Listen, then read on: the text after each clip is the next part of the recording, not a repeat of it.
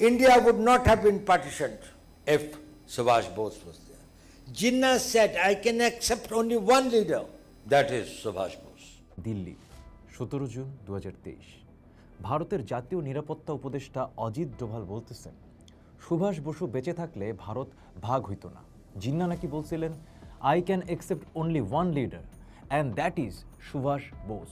তারপর অজিত ডোভাল টানেন আজাদ হিন্দ ফৌজের সেই গানটার কথা, কদম কদম বাড়ায় যা। বলেন সুভাষ মানে সাহস, সুভাষ মানে আত্মত্যাগ, সুভাষ মানে ঐক্য। ডোভালের সেই লাইনটাতে আবার ফিরি, সুভাষ থাকলে ভারত ভাগ হইতো না। শুনতে ভালোই লাগে, কথাটা দেশপ্রেমের মতো শোনায়, কিন্তু ইতিহাস ঘাঁইটা দেখেন তো, সুভাষ যদি এখন সত্যিই থাকতেন, আজকের মোদি আরএসএস রাজনীতি তার পাশে দাঁড়াইতো নাকি বিরোধিতা করত? সুভাষের ভারতটা আসলে কেমন ছিল, আর মোদির ভারতই বা কেমন? চলেন ইতিহাস একটু ঘাঁইটা আসি। 1940 সালের ডিসেম্বর, মাদুরাই হিন্দু মহাসভার 22তম অধিবেশন। সাভারকর, যারে আরএসএস আজও হিন্দুত্বের আইকন মানে, সেইখানে ব্রিটিশরে পূর্ণ সামরিক সহযোগিতার ডাক দিলেন। হাজার হাজার হিন্দু তরুণরে ব্রিটিশ বাহিনীতে যোগ দিতে উৎসাহ দিলেন। ঠিক এই সময়টায় সুভাষচন্দ্র বোস তখনও কলকাতায় গৃহবন্দী। তার ঠিক মাসখানেক পরেই, জানুয়ারি মাসে 1941 সালে তিনি পালায়া যান আফগানিস্তান হয়ে জার্মানি, আর 1943-এ জাপান হয়ে আজাদ হিন্দ ফৌজের কমান্ড নেন। মানে সাভারকর যেই মুহূর্তে ব্রিটিশরে সেনা জোগাড় করে দিতেছেন, সুভাষ তখন ব্রিটিশের বিরুদ্ধে অস্ত্র দিয়া যুদ্ধ সাজানোর প্রস্তুতিতে ব্যস্ত। সময়ের ফারাক কয়েক মাসের, কিন্তু রাজনৈতিক অবস্থান পুরোপুরি উল্টা। সুভাষ নিজেও এটা কিন্তু লুকান নাই। বার্লিন থেকে রেডিওতে তিনি সরাসরি হিন্দু মহাসভা আর আকালি নেতাদের সমালোচনা করছেন। বলছেন, এরা জাতীয় স্বার্থ ছাইরা নিজেদের ক্ষমতা আর প্রভাব খুঁজতেছে। এটা তার একবারের কথা না। সুভাষের রাজনৈতিক জীবনের শুরু থেকেই তিনি হিন্দু মহাসভা আর মুসলিম লীগ দুইটারেই কংগ্রেসের বাইরে রাখতে চাইছিলেন। সাম্প্রদায়িক রাজনীতিরে জাতীয় আন্দোলনের ভিতরে ঢুকতে দেন নাই। তারপর 1945, লালকেল্লার বিচার, কাঠগড়ায় 3 জন, শাহনওয়াজ খান, প্রেম সেহগাল, গুরবক্স সিং ধিলো। একজন মুসলমান, একজন হিন্দু, একজন শিখ। ব্রিটিশরা রাষ্ট্রদ্রোহের মামলা চালাইল, আর বাইরে 3টা নাম এক হয়ে গেল, সেহগাল, ধিলো, শাহনওয়াজ। ব্রিটিশদের জন্য এটা একটা ভয়ঙ্কর দুঃস্বপ্ন। যেই সাম্রাজ্য ভারতীয় সমাজের বিভাজনের শাসনের হাতিয়ার বানাইছিল, আইএনের বিচারই সেই বিভাজনের উল্টা ছবিটা বানায় দিল। 3 ধর্ম, একটাই কাঠগড়া, একটাই ভারত। সুভাষের পলিটিক্যাল ইমাজিনেশনের সবচেয়ে শক্তিশালী ছবি এইটা। আর শাহনওয়াজ, সেহগাল, ধিলোর ফাঁসির প্রসঙ্গে কংগ্রেস আইনজীবী নামাইল, ভুলাভাই দেসাই। নেহরু নিজে বছরের পর বছর কোর্টের পোশাক পরলেন। হিন্দু মহাসভা আর আরএসএস কাঠগড়ায় আসামিদের পক্ষে দাঁড়ানোর মতো একটা উকিলও পাঠায় নাই।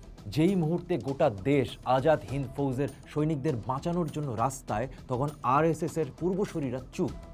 এইটারে কি বলবেন আপনারা? এখন প্রশ্নটা খুব সহজ।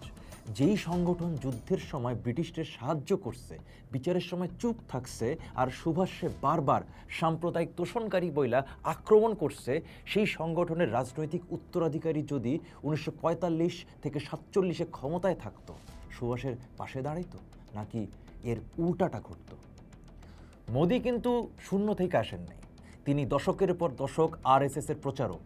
বড় হয়েছেন সেই সংগঠনেই যেটা সুভাষরে ইসলামপন্থী তোষণকারী বইলা সমালোচনা করছে, যেটা আজাদ হিন্দ ফৌজের হিন্দু মুসলমান শিখ এক কাতারে লড়ার মডেল রে কখনো নিজের রাজনীতির ভিত্তি বানায় নাই। সিএএতে ধর্ম ঢোকানো, ওয়াকফ বোর্ডের হস্তক্ষেপ, 240 জনের বিজেপি সংসদীয় দলে একজনও মুসলমান না থাকা, এইগুলা কোনো বিচ্ছিন্ন ঘটনা না।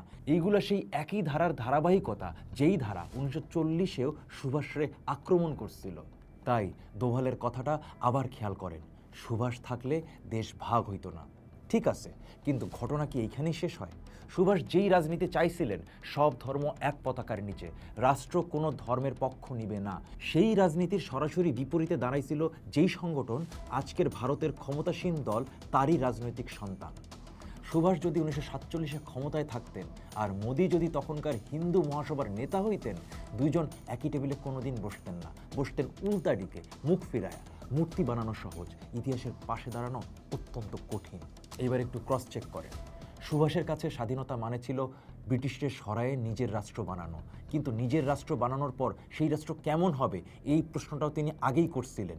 ধর্মের ভিত্তিতে নাগরিকত্ব না, রাষ্ট্রের ধর্মীয় নিউট্রালিটি, পরিকল্পিত অর্থনীতি, শিল্পায়ন, বিজ্ঞান, জাতীয় ঐক্য, আর সবচেয়ে বড় কথা, হিন্দু মুসলমান শিখরে আলাদা পলিটিক্যাল নেশন না বানায় এক ভারতীয় নেশন বানানো। আজ ভারতে তার মূর্তি আছে, তার নামে দিবস আছে, তার গানও বাজে, তার জয় হিন্দ রাষ্ট্রীয় অনুষ্ঠানে বাজে, কিন্তু তার সেকুলার সিটিজেনশিপ বাদ দেওয়া, তার ইকোনমিক প্ল্যানিং বাদ দেওয়া, তার ইনক্লুসিভ ন্যাশনালিজম বাদ দেওয়া, তাইলে তো এই আপনি সুভাষের পুরো ইতিহাসটাই রাখলেন কিন্তু সুভাষের রাজনীতিটা রাখলেন না। আর এইখানেই মোদির ভারত আর সুভাষের ভারত আসলে দুইটা ফেস ভ্যালুর তুলনা না, দুইটা রাষ্ট্র ধারণার তুলনা। একটা ভারত বলে জাতীয়তা ধর্মের উপরে, আরেকটা ভারত ক্রমে নাগরিকত্ব, জাতীয় পরিচয় আর রাষ্ট্রের প্রতীকের জায়গায় ধর্মীয় পরিচয়ের আরও দৃশ্যমান করে। একটা বলে রাষ্ট্র নিউট্রাল থাকবে, আরেকটা রাষ্ট্রীয় মঞ্চে বলে Ram is India's faith, foundation, idea, law, consciousness. একটা বলে পরিকল্পনা দিয়ে দারিদ্রতা দূর করো, আরেকটা বলে মার্কেট, প্রাইভেট, ক্যাপিটাল আর গ্রোথের উপর ভর দিয়া নতুন ভারত বানাও। একটা ভারতীয় রাষ্ট্র বানাইতে চায় ধর্মের উপর দিয়া, আর একটা ভারতীয় রাষ্ট্র বানাইতে চায় ধর্মের ঊর্ধ্বে গিয়া।